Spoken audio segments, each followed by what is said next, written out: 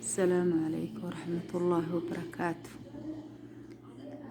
سومالي محمد وايد السلامي ميلاد جوجتان بدمانتين إلهي ايدي السلامي إلهي ايدن كيسة وما خالد أن وايها بسوق لنين ويوتيوب كيسة بعاجستي حوله هذي بطين إلهي سبحانه وتعالى توفيق ذهينا وافتيو إلهي نهينو أرحم الدنيا أخرب adduunkii wuxuuba noqday dababaati buuba noqday ilaahay tawfiiqda hana waafajiyo adduunya wal aakhira waxaan maleynayaa maanta bishu inay tacaawo 17 inay tahay bisha gaalada tan muslimkana waa dhowr iyo 20 rabadaana waxaa ka haray baan u maleynayaa hadeertaan asbuuc baa ka haray ilaahay khayr ha nagu gaarsiiyo iyo nabadgelyo iyo caafimaad ilaahay nagu gaarsiiyo qofkii alla ugu talagalay ayaa soomaya qofkan alla ugu talagalin hada waaba qofaan alla ugu talagalin ilaahay tawfiiqdana waafajiyo Soomaali Maxamed waxa weeye maanta waxay maraysaa meel xaalad oo cudurkii dad badan oo 80 iyo siyaada laga helay ilaahay waxaan ka baryaynaa horta ilaahay inuu noo dambi dhaafo waa dambaabayna meel walba Soomaali inteeda badan hada dambi bay la taagan tahay oo intooda badan waa dad islaam oo matal maxamed laakiin dad badan oo hadda dadka meel walba ha joogeen waxaad arkaysaa dib muxuu hayto ilaahay subxaanahu wa ta'aala ba inay ka yaaseen admoodid inaysan allah subxaanahu wa ta'aala ku kalsooneen ba admoodido Soomaaliya diima kala wadatana waad arkaysaa ilaahay subxaanahu horta tawfiiqda hana waafajiyo rabadaan baa soo galay rabadaankana ilaahay khayrkiisa hana soo aadiyo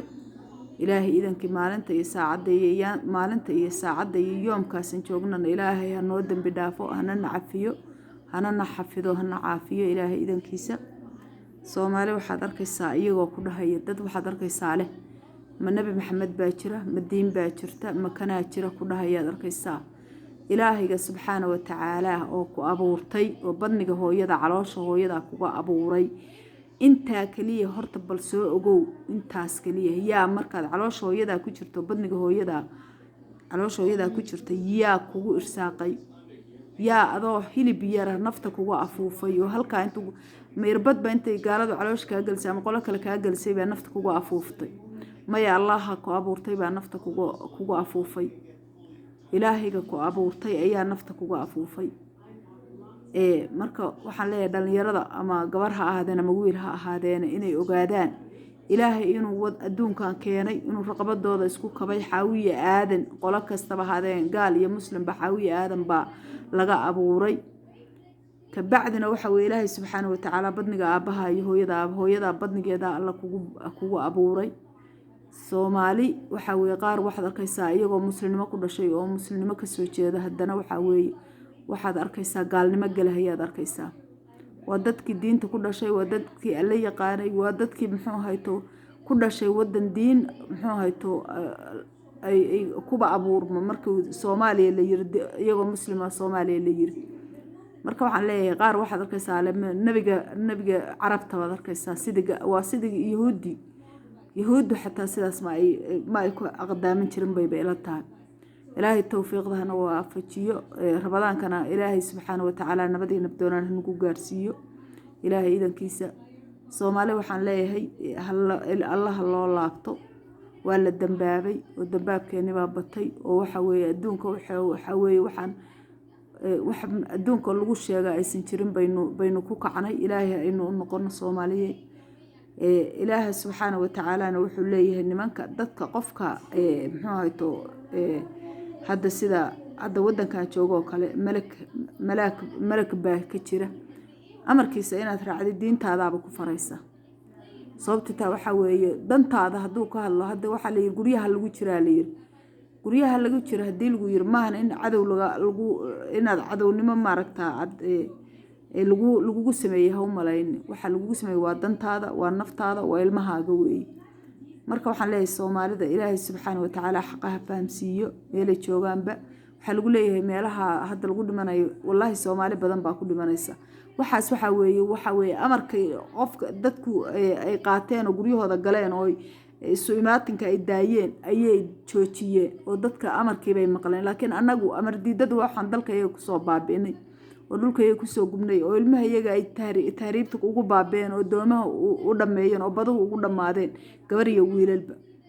marka ilaahay waxaan ka baryaynaa ilaahay inuu xaqana waafajiyo ilaahay idankiisa xaqa inuu ilaahay inuu waafajiyo dambigeena iyo dambi waaridkeena ilaahay inuu dhaafo Soomaali waxaan leenahay la isu gargaaro ciidankeena wiilasheena ciidanka oo meelaha ku jirana waxa weeye markaad aragtaan waa inaad saacidaan afkaba waxa weeye hiilu galaa waxa weeye cadawga ama Kenya ha noqoto ama meel kale Etoobiyadaasba ha noqoto waligeenba cadawga nagu soo hayd bari markay waxa weeye arkaaneen inagoo ciidan leh oo sharaf leh oo maamuus leh dawlad khayr kula rabtaa male horta waxaan badiyo ogaa dawlad khayr kula rabtaa male dawlad walba waxa weeye waxay ka fiirsanaysaa danteeda ka fiirsanaysaa annaguna danteeda insha Allah ka fiirsanayna ilaahay waxaan ka baryayaa in Soomaaliya ilaahay xaq fahamsiiya oo ilaahay uu noqdo kuwa walaala oo isog nin walba ninka kale dibtiisa dhibaysa ilaahay idankiisa waxaan leeyahay dadka masaakiinta oo aan heli kara awalba maqaadama dhargaanka aha oo waxa weeye maalinta nolol maalmoodkeedu cayrsan jiray Soomaali waa is saacidaa waa is taageertaa muxuu hayta in la is ogaado oo risqi ilaahay subxaana adiga ku siiya asagaba waa siin karaa inaad maaragtaa qofka walaalkaayana aad waxaad u awoodido naftaada iyo maalkaaga uga awoodid inaad u qabatid naftaada waxaad uga awoodid oo maaragtaa inaad saacidid oo waxa kii tabarruxun aad taageertid kii aad wax u heli kartidna risqi ilaahay ku siiya inaad wax ka siisid ilaahay subxaana wa tacaala intaas walaalayaal waxaan idinkaga baryayaa ilaahay meel walba inuu ina ka saacido dib wuxuuna ku haya ilaahay inuu ka qabto cudurka soconaya ilaahay caafimaadkiisa inoo soo dejiyo balaayadana ka xijaabo dhulkeena waa dhul had dagaal ku jiray 30 sano waa dad dhibaataysnaa waa dad waxa weeye baadiye iyo beledba waxa weeye waxay haystaan jirinin waxaan leeyahay Soomaaliya wixii dawladdu ina tiraahdo oo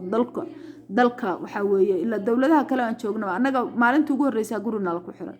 wallahi baan ku dhaarta maalintii ugu horeysay oo lagu sheegay China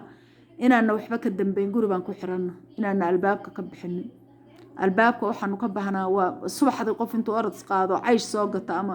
rooti soo gata caysh ma tiraadaan adinku rooti baa tiraadaan miya ma aqaan rooti ka soo gata suuqa oo soo noqdo orod guriga ku soo gala weeye waana dantayada hadii la fiiriyo marka dukaanka galaysid gacanaha wax lagu galin lugaha wax lagu galin gacanaha wax lagu marin wajiga wax lagu xirin afka lagu xirin dukaanki ma galaysid adoon xirxirnay marka waxa weeye inagu ma haysano intaas wadankeena ma hayso waa wadan dagaal iyo hoog iyo baa ku soo jiray booha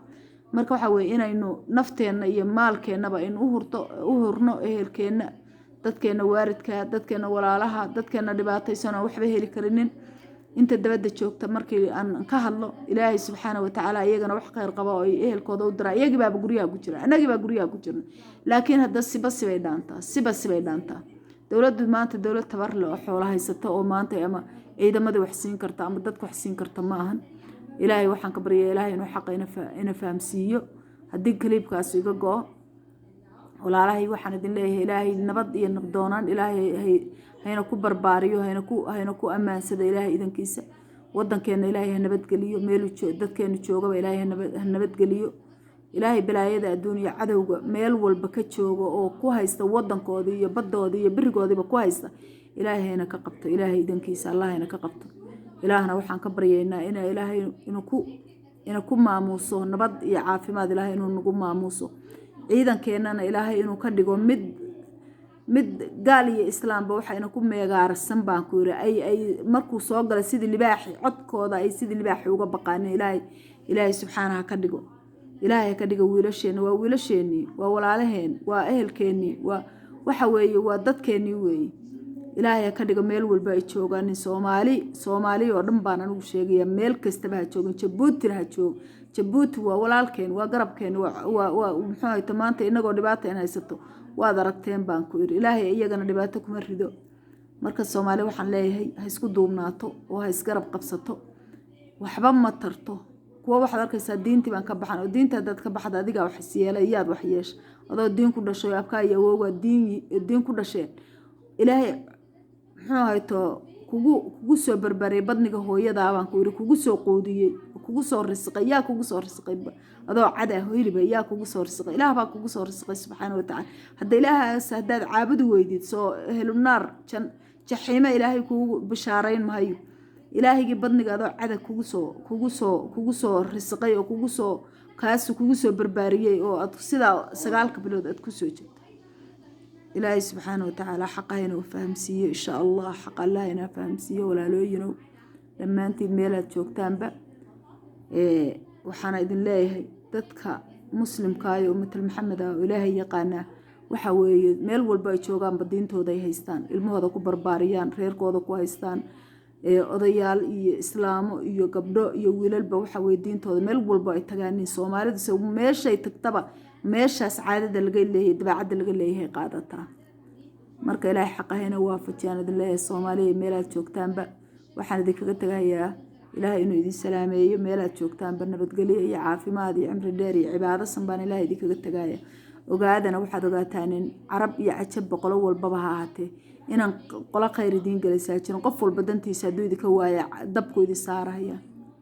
nin walba markuu dantiisa ka waayo Soomaaliya imisa sanay dagaal ku jirto imisa sanay dhibaato ku jirto aan cid baan ku irinta u timid war dadkan baaba ah iyo miyaysan muslim ahayn miyaysan dad muslim oo carab ahayn waxayna yiri ma lahan nin walba dabkiisu ina ku hursanay xaabada uu dabkiisa ku ololsanahay ina ka dhiganay xoogaa intuu ina ka soo qaato ayuu dabkeena ku ololsanahay marka Soomaaliya la ogaado maanta meeshaynu ka joogno dadkan islaamka aynu la sheegaynayna nin walba dantiisu fiirsanaya nin gargaar u falahaya ama gargaar u falahaya ma jiro ilaahay xaqayna fahamsiyo ilaahay idankiisa inaguna danteena waa inaynu ka fiirsanaa nimanka siyaasiyiinta waxaan leenahay maantay nimanka ku doodahaya maxaa doorasho loo qabsan waayo loo yeeli waayo doorashada anaga ay dantayada tahay anaga dalka iyaga wanaagsanaa dantayada tahay laakiin hadii laga fursan waayo oo ay noqoto maanta in maxay tahay cudurkaanu sii socdo ilaahay naga haye waxa weeye xagee la isugu iimaanay xagee si doorashada lagu qabanaya weeye waxa weeye maskaxda in la kabariyo oo dadku maskaxdiisa u weyneeyo oo ka fiirsado wax walba waxa ka weyn danta dadka danta ka weyn sababtoo